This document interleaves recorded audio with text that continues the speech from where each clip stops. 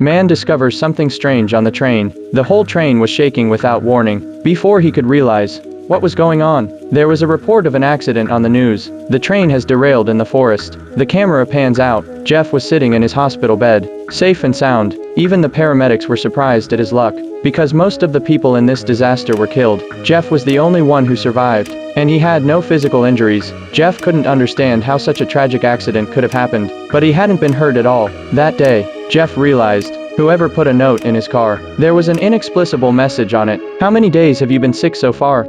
Jeff looked around, but he didn't see anyone suspicious. When he got back to the office, Jeff was still thinking about it. He also wondered how many times he had been sick. Then he went to his supervisor to find out how many sick days he'd had, but the supervisor told him he hadn't taken a single sick day yet. Then Jeff went home. He asked his wife how many times he had been sick. She also said he had never been sick. Jeff felt even more confused. At the same time, there was a man named Mark. Was the opposite of Jeff? He had been suffering from a severe case of brittle bones since he was a child. He'd break his bones if he wasn't careful. But he believed in comic book superheroes, and Jeff was the superhero he was looking for. The note Jeff received was left by Mark on purpose, because in his mind, Jeff's body was the proof. At the same time, Jeff followed the clues and found Mark. Mark had to tell the truth. He felt that God created him with such a weak body, so there must be a stronger body. No matter what happened to him, he would be fine. But Jeff just thought he was full of shit. Then he got up and left. The next day, Jeff went to work as usual. He met Mark again.